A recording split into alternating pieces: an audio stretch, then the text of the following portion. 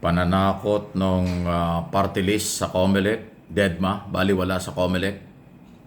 Okay? Kung imagunita nung isang araw po ay umingay yung pananakot ng Duterte Youth Party List sa COMELEC at sa Kongreso na pag hindi daw sila naproklama ay kanila daw i-expose ang maraming katiwalian ng pamahalaan, ng blackmail. Pero sabi ng COMELEC Chairman George Erwin Garcia, hindi sila pwedeng takutin. Okay? Ginagawa nila ang kailang trabaho na naaayon sa batas. Merong petition for disqualification, may problema ang Duterte Youth Party List, yun ang dapat harapin, hindi yung pananakot. Ito kasing grupong ito ay nagmanayata doon sa kailang amo, puro pagbabanta at pananakot ang nasa ulo.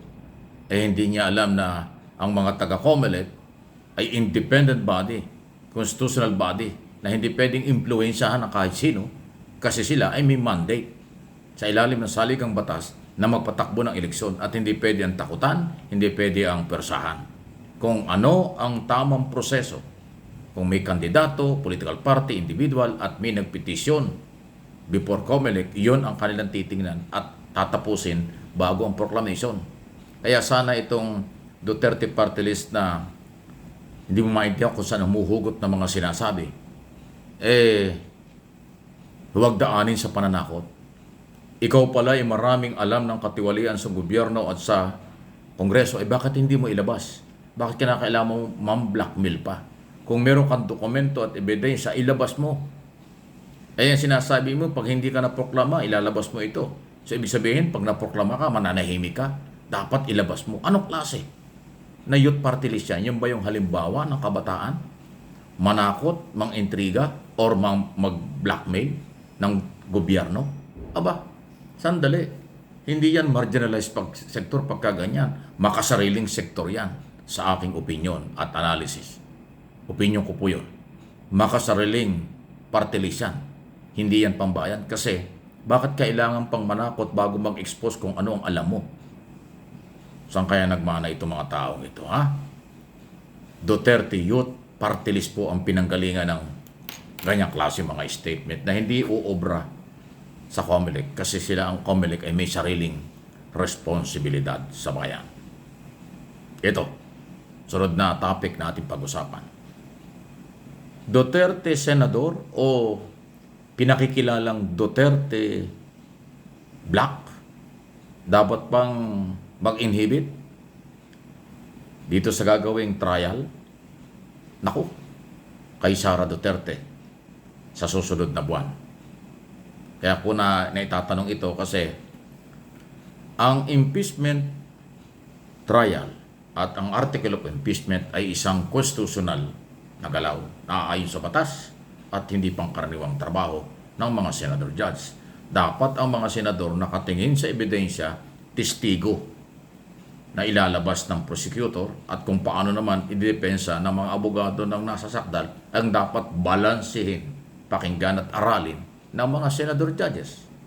Ngayon identify yung mga maka-Duterte o tinatawag na Duterte Black. Gusto talaga nilang i-block yung impeachment. So, paano magiging neutral yung mga yan?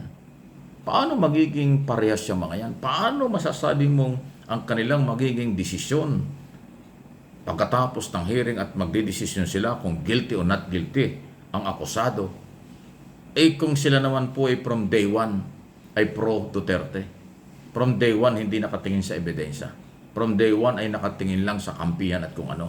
Kaya nga tinawag na Duterte Senador or Duterte Black. Antindi. Anong klaseng trial yan? Di ba? So inuulit ko, hindi ba dapat mag-inhibit na lang kung talagang sila'y independent senador? Kung kanilang alam na sila'y senador ng Republika ng Pilipinas at hindi senador ng iisang pamilya o hindi sila senador ng iisang partido, sila'y senador ng Luzon, Visayas, Mindanao, including OFW o mga Pilipino sa abroad. So dapat neutral, nakatingin sa ebidensya, kung malakas ang ebidensya, may pananagutan ang impeachable official. Kung walang ebidensya, sa tingin nila, acquittal ang impeachable official. Dapat ganon. Pero kung from day one, wala pa yung trial ay pro impeachable official, o pro Sara Duterte, ay anong kredibilidad ng Senado? Masisira na naman ang institusyon, ang imahe ng Senado, ng institusyon kung magkakampihan. Kaya kayo ba, sang-ayon kayo doon sa tinatanong natin, sinasabi natin, dapat ba mag-inhibit ang mga senador na tinatawag na Duterte Black or Duterte Senador? Malaya po kayo sa inyong mga reaksyon at comments. Samantala, tinalaga na palang tagapagsalita ang Senado, Attorney Arnel Banyas, tama ba? Attorney Banyas, Senate spokesperson. Bahagi na ito ng paghahanda. Tama. Dapat merong spokesman ng Senado, may spokesman ng prosecutors, may spokesman ang Defense Council para ang media hindi naliligaw sa kung saan kukuha ng balita, reaction, interview before, during, and after trial do kay Sara Duterte sa article of impeachment. Mahalaga po yun. Kasi ang mga prosecutor busy, hindi mo pwedeng ma-interview lahat yung mga prosecutor, maging private prosecutor. Kailangan merong spokesman para isang statement na ipapalabas sa media. Ang Defense Council para balanse, gano'n din. Hindi lahat ng Defense Council may sasalang para sa interview. Lalo na mga senador. Senador judge yan. At 24 yan. So dapat merong spokesman na ang i-establish ng spokesman ng Senado ay yung ruling o rule ng Senado, ng Senate President, at pagiging neutral ng bawat senador. Kung paano kumbinsihin ni Attorney Banyas bilang Senate spokesperson ang mga senador judge na maging neutral, ayun ang trabaho niya. Aabangan natin. Di ba? So, ibig sabihin, handang-handa na.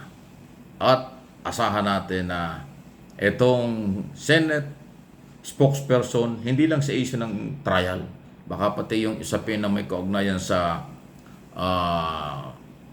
planong reorganization sa Senado, sa mga committee, chairmanship at iba pa, membership, at pati na rin siguro sa mga statement ng Senado kung ano ang kailang posisyon sa national reconciliation na panawagan ng Pangulo or mga isyong pang-national na mayroong karapatan at dapat ding sumagot ang Senado. Hindi masama na magkaroon talaga ng tagapagsalita. Di ba?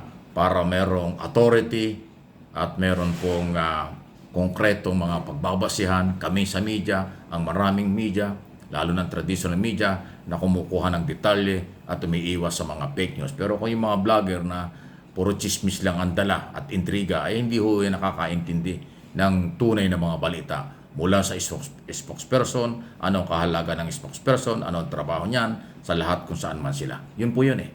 Okay? So malaya po kayo sa inyong mga isyong gustong sabihin sa isang marangal, maginoo, professional na mga reaksyon. Welcome po sa aking mga channel. Please like and share, subscribe kung hindi pa, Mike Abe Opinions at MA Pinoy TV.